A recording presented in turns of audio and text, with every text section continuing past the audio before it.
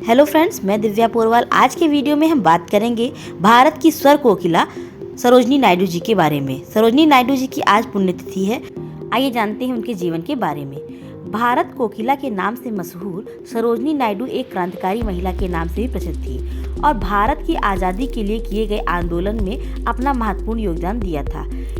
यह एक अच्छी राजनीतिक और महान स्वतंत्रता सेनानी भी थी और इंडियन नेशनल कांग्रेस की प्रथम भारतीय महिला अध्यक्ष थी और भारत में किसी भी राज्य में नियुक्त होने वाली पहली महिला राज्यपाल भी थी, जो उत्तर प्रदेश राज्य के राज्यपाल के रूप में नियुक्त हुई थी। इनकी रचनाओं में बच्चों की कविता, प्रकृति, देशभक्ति और प्यार एवं मृत्यु सभी तरह की कविताएं शामिल हैं, लेकिन यह बच्चों की कविताओं के लिए जानी जाती थी।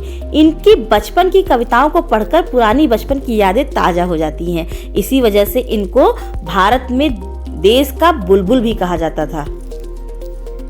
सरोजिनी नायडू का जन्म भारत के हैदराबाद में 13 फरवरी 1879 को हुआ था। इनके पिता का नाम अघोरनाथ चट्टोपाध्याय था और माता जी का नाम वरदा देवी था। इनके पिता एक वैज्ञानिक और शिक्षक भी थे। सरोजिनी नायडू अपने 8 भाई बहनों में सबसे बड़ी थी।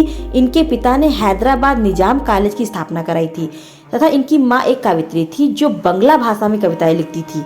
सरोजिनी नायडू शुरू से ही एक होनहार छात्रा थी। वह मात्र 12 वर्ष की उम्र में ही मैट्रिक की परीक्षा पास कर चुकी थी।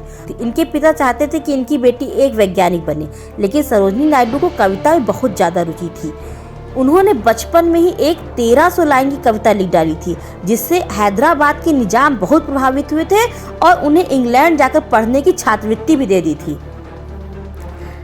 उनका इंग्लैंड के किंग्स कॉलेज में दाखिला हो गया था। तब वह मात्र 16 वर्ष की ही थी। फिर उन्होंने कैम्ब्रिज विश्वविद्यालय से भी शिक्षा प्राप्त की थी। उसी दौरान उनकी मुलाकात अंग्रेजी के प्रसिद्ध कवि आर्थर साइमन और गॉसे से हुई थी। इन लोगों ने भारत के विषयों को आधार मानकर कविता लिखने की सलाह दी थी। सरोजिनी नायडू जब इंग्लैंड में पढ़ाई कर रही थी, तब वहीं पर उनकी मुलाकात गोविंदराजू नायडू जी से हुई थी, जो वहाँ पर फिजिशियन की पढ़ाई कर रहे थे।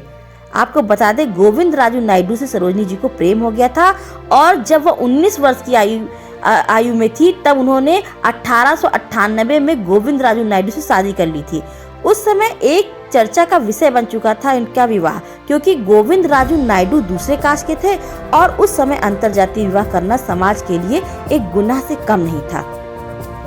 यह सरोजिनी जी के लिए बहुत बड़ा क्रांतिकारी कदम था। आपको बता दें, इस शादी के लिए समाज की परवाह किए बिना उनके पिता ने उनको अपना भरपूर सहयोग दिया था। सरोजिनी नायडू को साहित्य की बहुत ही अच्छी समझ थी। वह सामान्य महिलाओं से बिल्कुल अलग थी।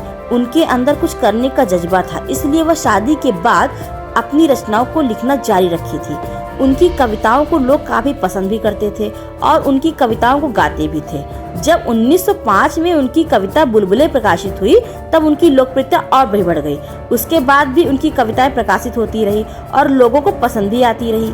उनकी कविताओं के प्रशंसकों में रविन्द्रनाथ टैगोर और जवाहरलाल नेहरू जैसे लोग भी शामिल थे।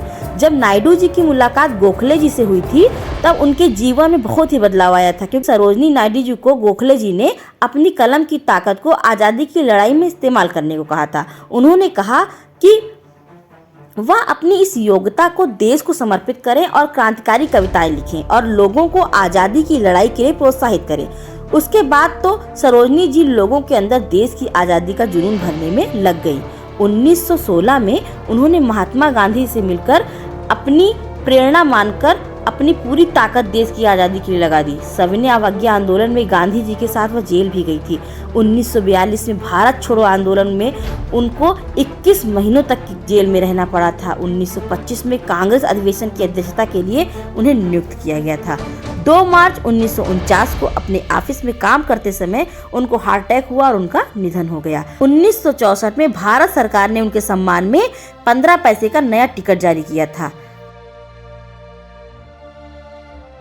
आशा करते हैं आपको जानकारी अच्छी लगी होगी, तो कृपया वीडियो को like, subscribe and comment and share जरूर करें। धन्यवाद।